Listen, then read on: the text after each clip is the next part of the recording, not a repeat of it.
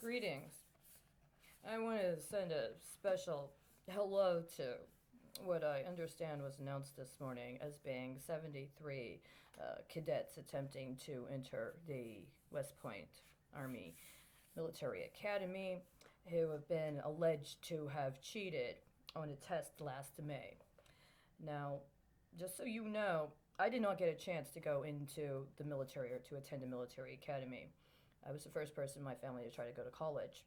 And I got accepted early admission to what I understood was a very noted university, private university. It was very difficult to get into. And as soon as they accepted me early admission, I ceased and desisted with any further pursuit of attempting to identify another or alternative college. And then I ended up trying to go to the University of Chicago. I understand that in the last 3 years, the University of Chicago has moved forward on an arrangement it had with the United States Army to have a joint project affiliated with the University of Chicago. University of Chicago does not have its own engineering department, but it is notorious for its School of Economics. Now, I believe you are supposed to be in the class of 74, as in 1974. Last time I was in Chicago, I had some concerns about the Privacy Act of 1974 and its applications regarding people that were attempting to get services from places like domestic violence shelters and homeless shelters, as well as other areas that were actually covered under the Privacy Act of 1974 when it came to their entitlement to having access to records that were kept on them while they were there. But at some point in time, people who were involved with administration of social services began to engage in activities that were not constitutionally sanctioned when it came to engaging with civilian populations, especially within the United States.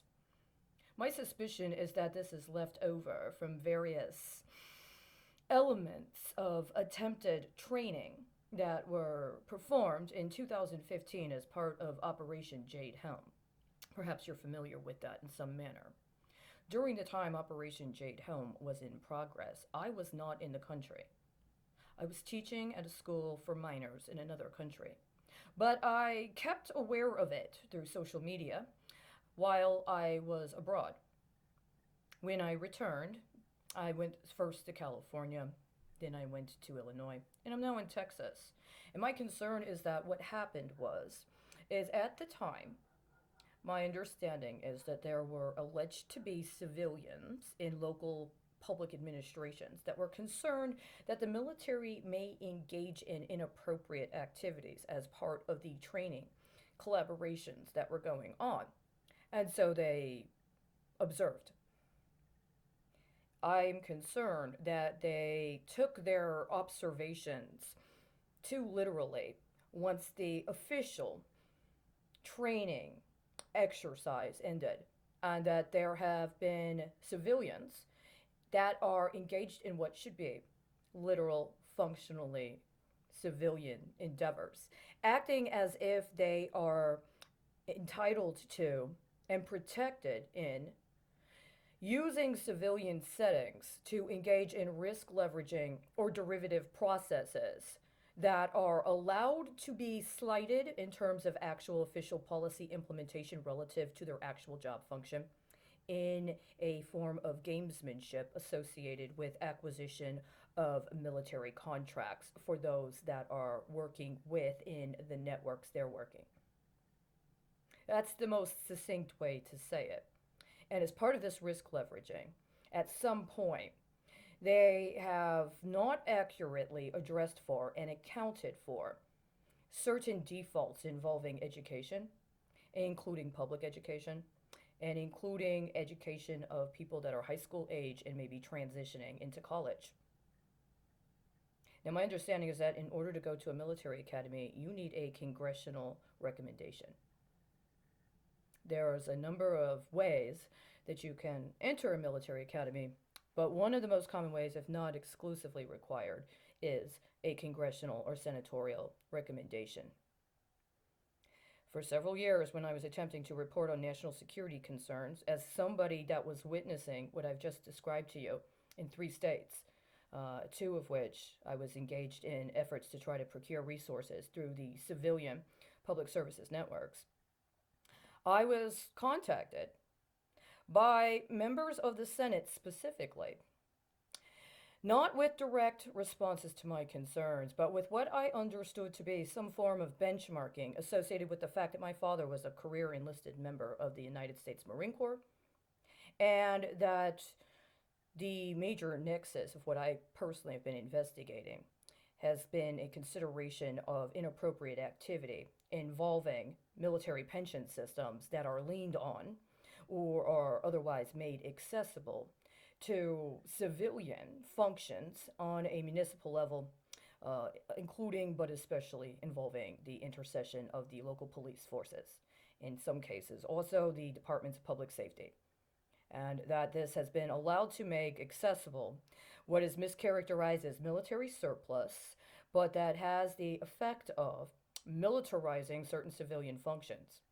Now, in the summer of 2016, I heard a radio broadcast. I was in Chicago at the time, of a man who was a former command officer of a certain rank in the campaign in Afghanistan. His job was to engage in and with training of local police domestically in terms of how to deal with high risk scenarios, up to and potentially including some form of urban response to domestic acts of terrorism. One of the things he said, very importantly, there were two things he said. The first thing he said is that when it was known that in Afghanistan there was an incident, for instance, where there was a second lieutenant whose job it was to get reconnaissance from the field.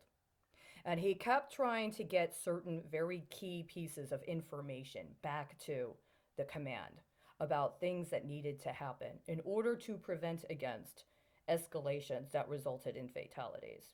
And time again, the operational priorities of those who did not actually have even access to the actual theater and were located remotely continuously prioritized situations that defaulted to the higher risk situation that resulted in fatalities. His assessment was that people needed to pay more attention to that second lieutenant.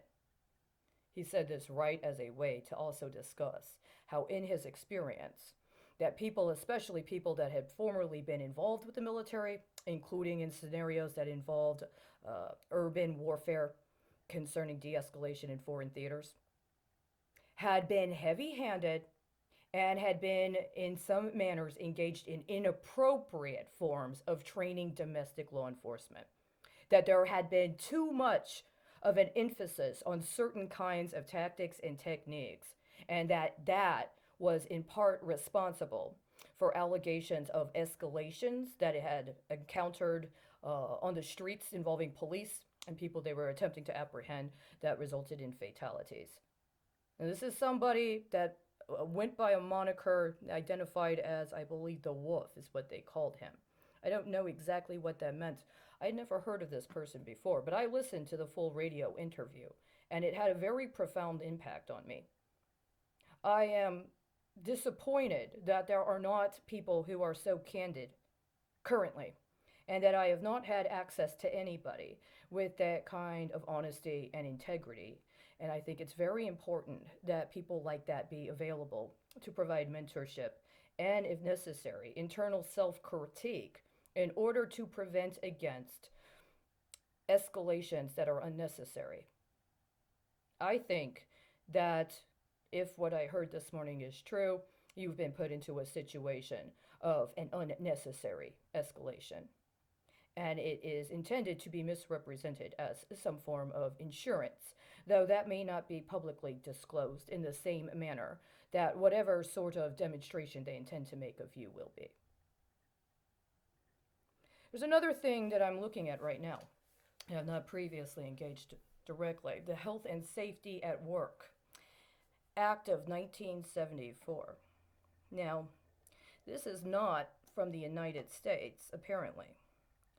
But what a part of what has been going on in the United States with this COVID 19 have been macabre acts of somebody's concept of reckoning with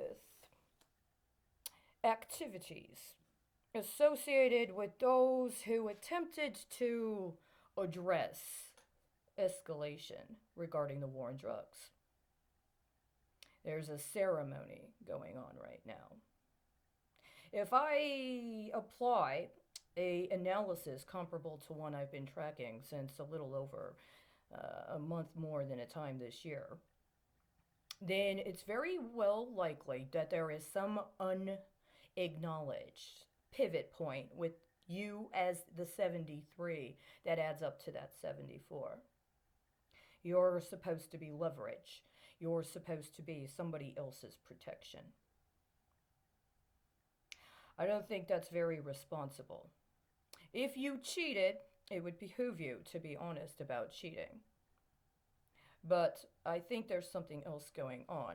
And if you are being enticed or extorted into agreeing to accede to a characterization of you as somehow being less than qualified to be an ideal and, shall we say, qualified cadet with the kind of standards and integrity that have been expected of the kind of people that would pursue the course you've pursued, I'm encouraging you to cease and desist any further engagement.